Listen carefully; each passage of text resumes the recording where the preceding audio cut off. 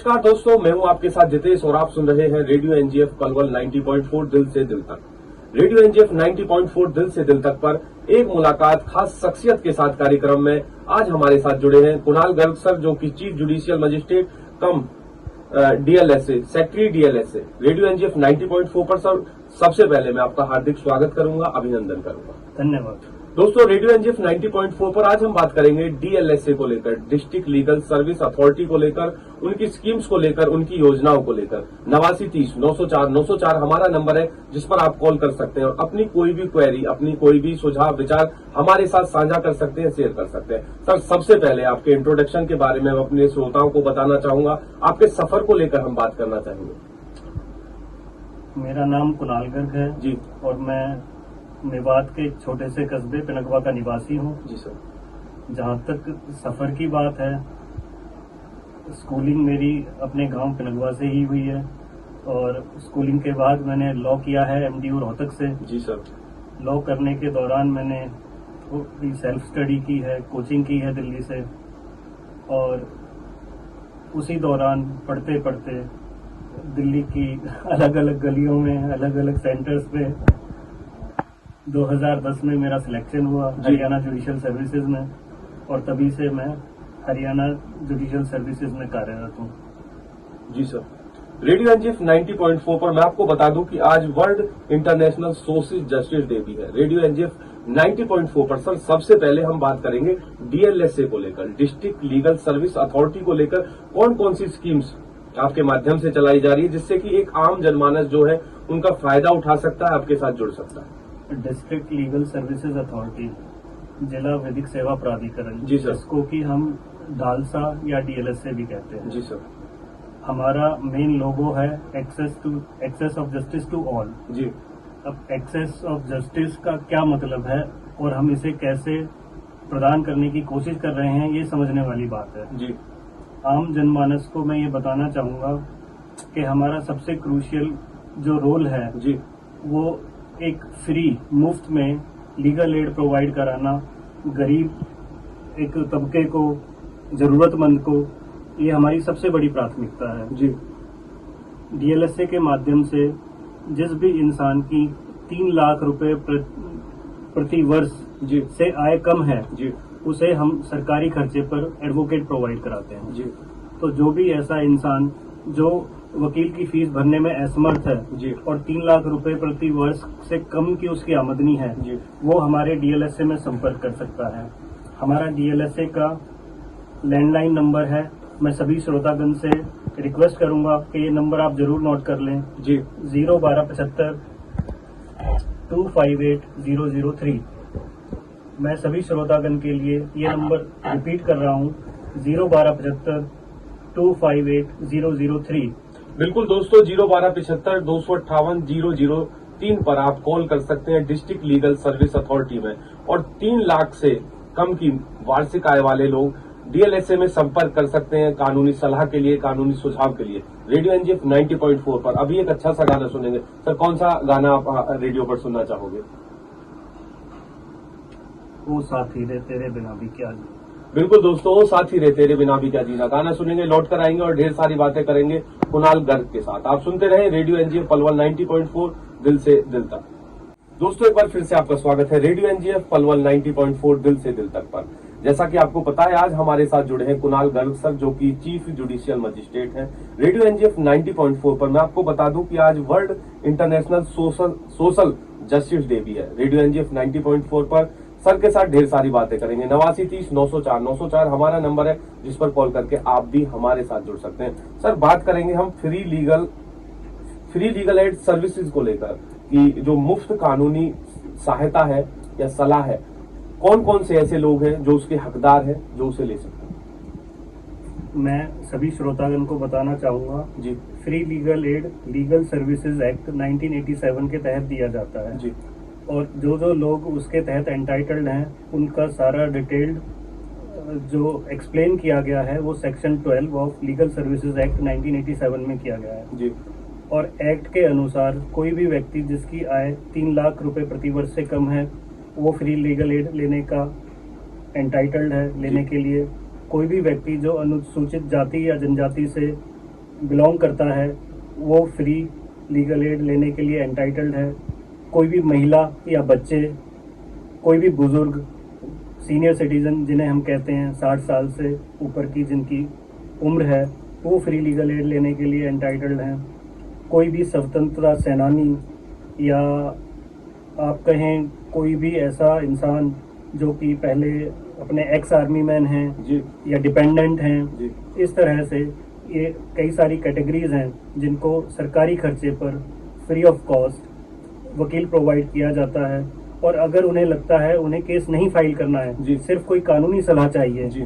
तो तब भी वो हमारे एडीआर सेंटर जो कि डिस्ट्रिक्ट कोर्ट पलवल के ग्राउंड फ्लोर पर ही सिचुएटेड है, वहाँ आकर हमारे से संपर्क कर सकते हैं। हम उन्हें फ्री ऑफ कॉस्ट जो भी कानूनी एडवाइस उन्हें चाहिए वो भी दे सकते हैं, और अगर उन्हें केस फाइल करने की ज़रूरत है तो उन्हें हम फ्री ऑफ कॉस्ट एडवोकेट भी प्रोवाइड करा सकते हैं।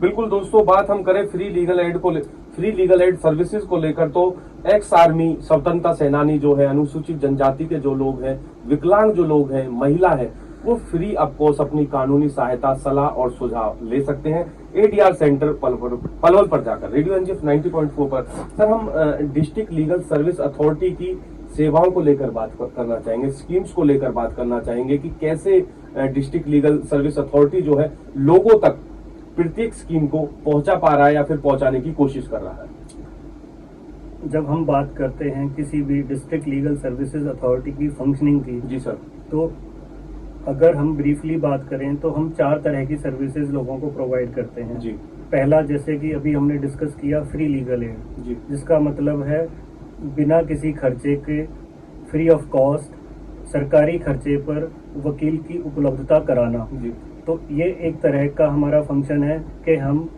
जो भी हमारे इससे पहले हमने डिस्कस करे हैं उस कैटेगरी में आने वाले लोगों को मुफ्त में वकील प्रोवाइड कराते हैं। दूसरा हमारा मेन फंक्शन आ जाता है मीडिएशन का। जी मीडिएशन आज के टाइम में आप देख सकते हैं लोगों के आपस में इतने झगड़े हैं और सालों साल, क्योंकि कोर्ट में केसेस की पेंडेंसी बहुत ज़्यादा है, जी तो वो केसेस सालों साल चलते रहते हैं।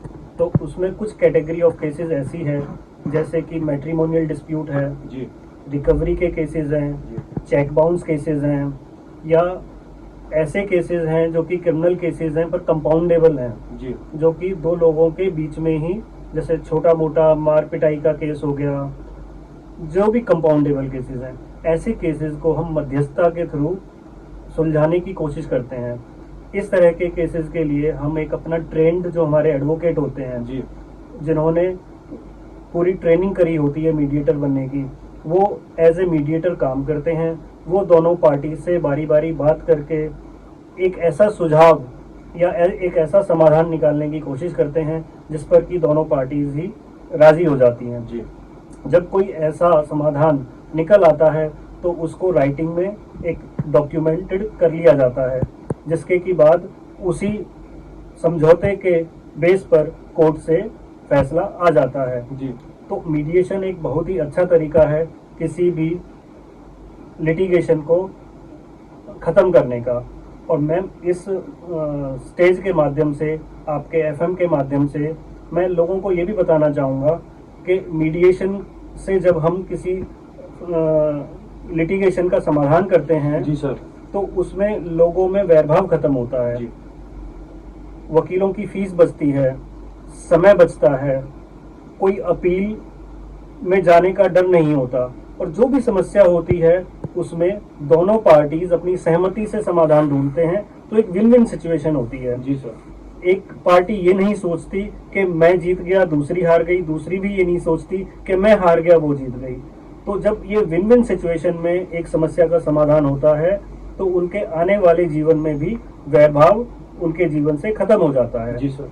तो बिल्कुल दोस्तों, मीडिएशन सेंटर को लेकर हम आपको बता दें कि जो आपसी बैरभाव है उसको खत्म कराने की कोशिश की जाती है। दोनों पक्षों को, दोनों पार्टियों को साथ बिठाया जाता है और उनको समझाया जाता है कि भी आपस में आप इन सारी चीजों को आपस में मिलजुल कर और बातचीत करके भी सुलझा सकते हैं, इस समस्या को खत्म कर सकते हैं। सर, मीडिएशन सेंटर के बाद मैं आपसे बात करना चाहूंगा परमानेंट लोक अदालत को लेकर। परमानेंट लोक अदालत की फंक्शनिंग क्या क्या है, परमानेंट लोक अदालत कैसे कैसे काम कर रहा है? हमारे एडीआर सेंटर में ही एक हमारा ऑफिस है जिसमें कि परमानेंट लोक अदालत लगती है। जी सर। वो पलवल में वंस इन ए वीक हर वीरवार को यहाँ लगाई जाती है। जी। परमानेंट लोक अदालत के माध्यम से हर एक वो केस जो कि सर्विस प्रोवाइड करता है, जी। जैसे आपका वाईफाई से रिलेटेड, नेटवर्किंग से रिलेटेड, जी। हॉस्पिटल फैसिलिटीज से रिलेटेड, कंस्ट्रक्शन से रिलेटेड, जी सर। इस तरह के मामलों में वो काम करते हैं। जी। परमानेंट लोक अदालत का फायदा है कि परमानेंट लोक अदालत में कोई एडवोकेट एंगेज करने की ज़रूरत नहीं होती, कोई फीस हमें देने की ज़रूरत नहीं पड़ती, और कुछ ऐसे केसेस हैं जो आप अगर नॉर्मल कोर्ट में जाते हैं तो वहाँ बहुत टाइम ले सकते हैं। जी सर। जैसे सप्लाई ऑफ पावर है, इलेक्ट्रिसिटी में आपको कोई दिक्कत आ रही है, आपको लगता है आपका बिजली का बिल ज़्यादा आ गया है, अनरीजनेबल आ गया है, या आपको कोई और प्रॉब्लम उससे नज़र आती है, जी। तो आप सिर्फ हमारे एडीआर सेंटर में आके, परमानेंट लोक अदालत में आके एक एप्लीकेशन लगा सकते हैं, उसी पे कार्रवाई शुरू हो जाएगी, आपको कोई वकील इंगेज करने और की प्रोग्राम जरूरत का नहीं। नाम है एक मुलाकात खास शख्सियत के साथ, और आज एक खास शख्सियत हमारे साथ जुड़ी है। कुणाल गर्ग सर हमारे साथ जुड़े हैं, जिनसे हम ढेर सारी बातें कर रहे हैं डीएलएसए की स्कीम्स को लेकर, योजनाओं को लेकर, और एक आम जनमानस कैसे डीएलएसए के साथ टाई अप कर सकता है, कांटेक्ट कर सकता है, कैसे जुड़ सकते हैं। हमने बात की जिन लोगों की 3 लाख से कम आय है, वो लोग डीएलएसए से संपर्क कर सकते हैं कानूनी सलाह सुझाव को लेकर। बात हमने की मीडिएशन सेंटर को लेकर, जहां लोग आपसी सलाह सुझाव के साथ अपनी जो चीजें हैं, अपनी जो समस्याएं हैं, उनका निपटारा कर सकते हैं। सर, बातचीत हम करेंगे आपसे पीड़ित मुआवजा योजना को लेकर, और हम आपसे बात करेंगे आपके द्वारा लगाई जाने वाली लोक अदालतों को लेकर। जहाँ तक बात लोक अदालत का है, जी। जैसा कि हमने पहले भी डिस्कस किया, मीडिएशन के थ्रू हम केसेस का निपटारा करते हैं। जी। इसी का एक और प्रारूप है लोक अदालत के थ्रू। जी। हम देखते हैं नॉर्मल कोर्ट्स में जज साहिबान ऊपर डायस पे बैठे होते हैं जी। और प्रोसीडिंग चल रही होती जी। है, तो लोक अदालत एक तरीका है जिसमें जजेस लिटिगेंट के और पास आते हैं। जी। नीचे ही टेबल चेयर पर वो बैठते हैं, और जो भी लिटिगेंट, जो भी हमारा पीड़ित इंसान लोक अदालत के माध्यम से अपने केस का निपटारा कराना चाहता है, वो जज साहब से रिक्वेस्ट करता है, और वहाँ पर भी जज साहब दोनों पार्टीज को सुन के उनका आपसी समझौते से निपटारा कराने की कोशिश करते हैं। जी। लोक अदालत भी कई तरह की होती है, जैसे ये हमारी कोर्ट बेस्ड लोक अदालत है जिसके बारे में हमने डिस्कशन किया है। ऐसे ही हमारी लोक अदालत जेल्स में भी लगती हैं। जेल लोक अदालत हम करते हैं मंथली बेसिस पर। जब हम जेल विजिट्स करते हैं तो वहाँ पर देखते हैं कि किस कैदी का किस ऑफेंस में कितनी कस्टडी ऑलरेडी हो गई है। जी। सपोज कीजिए एक इंसान है, एक कैदी है जिसने की एक चोरी करी है, और चोरी की गई चीज की कीमत 5,000 रुपए है। जी। अब उस 5,000 की चोरी किए गए इंसान का और किसी ने 5 लाख की चोरी करी है, तो उन दोनों की सजा बराबर नहीं हो सकती। जी सर। तो इन चीजों को देखते हुए अगर उसने सपोज कीजिए 5,000 रुपए की चोरी करी है और हमें वहां पर दिखाई देता है कि वो 3 महीने से ऑलरेडी कस्टडी में है, जी। तो हम लोक अदालत के माध्यम से उसे कटी कटाई सजा पर छोड़ देते हैं। तो इसको हम कहते हैं जेल लोक अदालत। जी सर। ये भी हर महीने पलवल जेल में और फरीदाबाद जेल में हम मंथली बेसिस पर कंडक्ट करते हैं। जी सर। जहाँ तक पीड़ित मुआवजा योजना का सवाल है, कोई भी ऐसा पीड़ित व्यक्ति जो किसी ऑफेंस से पीड़ित है, जी। अगर सपोज कीजिए किसी का लड़ाई झगड़े में इंजरी हो जाती है, उसको 40% उसके अंग में डिफेक्ट आ जाता है, या किसी महिला के साथ छेड़छाड़ होती है, या कोई महिला किसी उस तरह के अपराध से पीड़ित है, किसी सेक्सुअल ऑफेंस से पीड़ित है, जी सर। या किसी के घर में कोई मर्डर हो जाता है, जी। तो जो उसके वारिस हैं, जो उसके लीगल एयर्स हैं, उसके जो डिपेंडेंट्स हैं, उन सब के लिए सरकार ने पीड़ित मुआवजे का प्रावधान रखा है। जी। और ये मुआवजे की एप्लीकेशन जहां वो केस चल रहा है कोर्ट में, वो पीड़ित इंसान उस कोर्ट में भी लगा सकता है और डायरेक्ट डीएलएसए में आकर हमारे को भी दे सकता है। जी। तो पीड़ित मुआवजा योजना के अंतर्गत 2 तरह के एक्ट्स हैं, जो कि एक एक्ट तो यौन शोषण वाले अपराधों से डील करता है और दूसरा सेक्शन बाकी अपराधों से डील करता है। जी सर। तो उसमें 50,000 रुपए से लेकर 10 लाख रुपए तक के मुआवजे का प्रावधान है। तो आपके चैनल के माध्यम से मैं सभी श्रोतागणों को ये बताना चाहूँगा, अगर कोई भी इंसान किसी भी अपराध से पीड़ित है और उसका केस कोर्ट में चल रहा है, तो वो अपने वकील साहिबान से एक बार जरूर पूछें कि पीड़ित मुआवजा योजना के अंतर्गत उनके क्या अधिकार हैं। जी सर। और अगर उन्हें वहां से भी नहीं पता चलता तो हमारी हेल्पलाइन नंबर मैंने आपसे शेयर कर ली है, उस पे फोन करके पूछें, या हमारे से आप आके मिल सकते हैं तो हमारे फ्रंट ऑफिस में, जहां पर कि एक अधिवक्ता की सारे ऑफिस आवर्स में ड्यूटी होती है, आप उनसे आके भी ये जानकारी ले सकते हैं कि कानून के हिसाब से उनको कितने मुआवजे के वो एंटाइटल्ड हैं। जी सर, डीएलएसए की हम बात कर रहे हैं, डीएलएसए की जो योजनाएं हैं उनको लेकर हम बात कर रहे हैं। बात हमने की पीड़ित मुआवजा योजना को लेकर, बात हमने की सर लोक अदालत को लेकर। एक बात और सर हम आपसे जानना चाहेंगे कि डीएलएसए कैसे कैसे अपनी स्कीम्स के माध्यम से लोगों को अवेयर कर रहा है, जागरूक कर रहा है। ये आपने मुझसे बड़ा अच्छा सवाल पूछा है। जी सर। मैंने जब मैं स्टूडेंट था तब कहीं पढ़ा था कि ignorance is our biggest enemy. जी सर।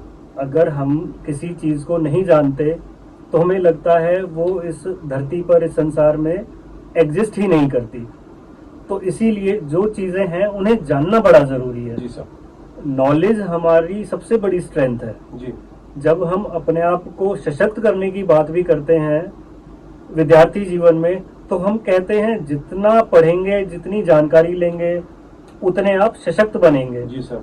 तो इस चैनल के माध्यम से, आपके माध्यम से मैं श्रोतागणों से रिक्वेस्ट करूंगा कि जितनी जानकारी आप ले सकते हैं इन स्कीम्स के बारे में, अलग अलग माध्यम से वो जानकारी लें और अपने आप को सशक्त करें।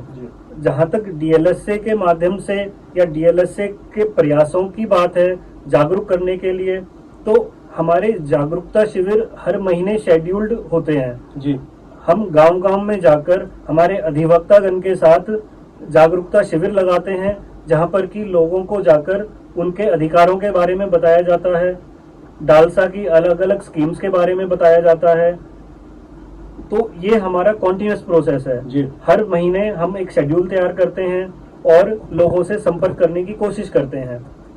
अब हम इस प्रयास में एक सोशल मीडिया प्लेटफॉर्म्स को भी हमने इंक्लूड किया है।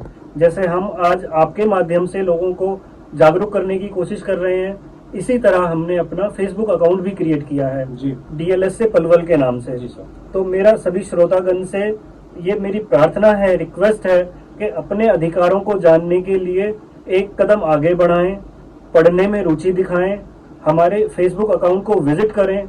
जितनी भी स्कीम्स हैं हम प्रयासरत हैं कि आपको उस फेसबुक अकाउंट के माध्यम से लिखित में आप तक पहुंचाई जाएं।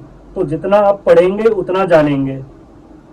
बिल्कुल दोस्तों, अपने अधिकारों को जानने के लिए आप एक कदम आगे जरूर बढ़ाएं और आप डीएलएसए के फेसबुक पेज पर विजिट कर सकते हैं। वहां पर जितनी भी योजनाएं, स्कीम्स हैं, उन सारी चीजों के बारे में आप जान सकते हैं। सर, आज की मुलाकात का आखिरी सवाल हम आपसे जानना चाहेंगे। आज world international social justice day भी है, तो इस पर आप क्या मैसेज लोगों को देना चाहोगे? World international social justice day हमारा बहुत पुराने टाइम से हमारा मानना है वासुदेव कुटुंबकम। जी सर। जब हम कहते हैं सारा संसार, सारी दुनिया एक परिवार है, तो हम कहते हैं कि सारी दुनिया को हमने जागरूक करना है, एक परिवार की तरह साथ लेके चलना है। जी सर। बट जब हम इस संसार को जागरूक करने की बात करते हैं, विश्व गुरु बनने की बात करते हैं, तो मेरी सबसे यही प्रार्थना है कि पहले हम अपने आप को सशक्त करें। जब हम अपने आप को सशक्त करेंगे तभी हम किसी और को लीड कर सकते हैं, किसी और का नेतृत्व कर सकते हैं। तो वर्ल्ड इंटरनेशनल जस्टिस डे पर मैं सभी से यही प्रार्थना करूंगा कि बच्चों को भी प्रेरित करें कि वो लीगल नॉलेज गेन करें। जी सर।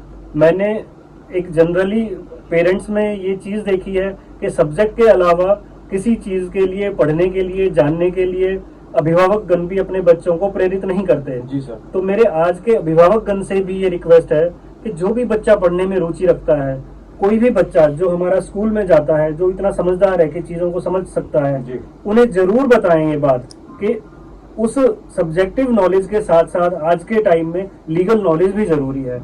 मैं एक एग्जाम्पल से आपको ये बताना चाहूंगा। जी सर, बताइए। जैसे हमारे सरकार ने डिफरेंट हेल्पलाइन नंबर्स इशू किए हुए हैं। जी। अब आप रोड रेजिंग हो रही है, जी। रोड पर कहीं एक्सीडेंट हो गया है, जी।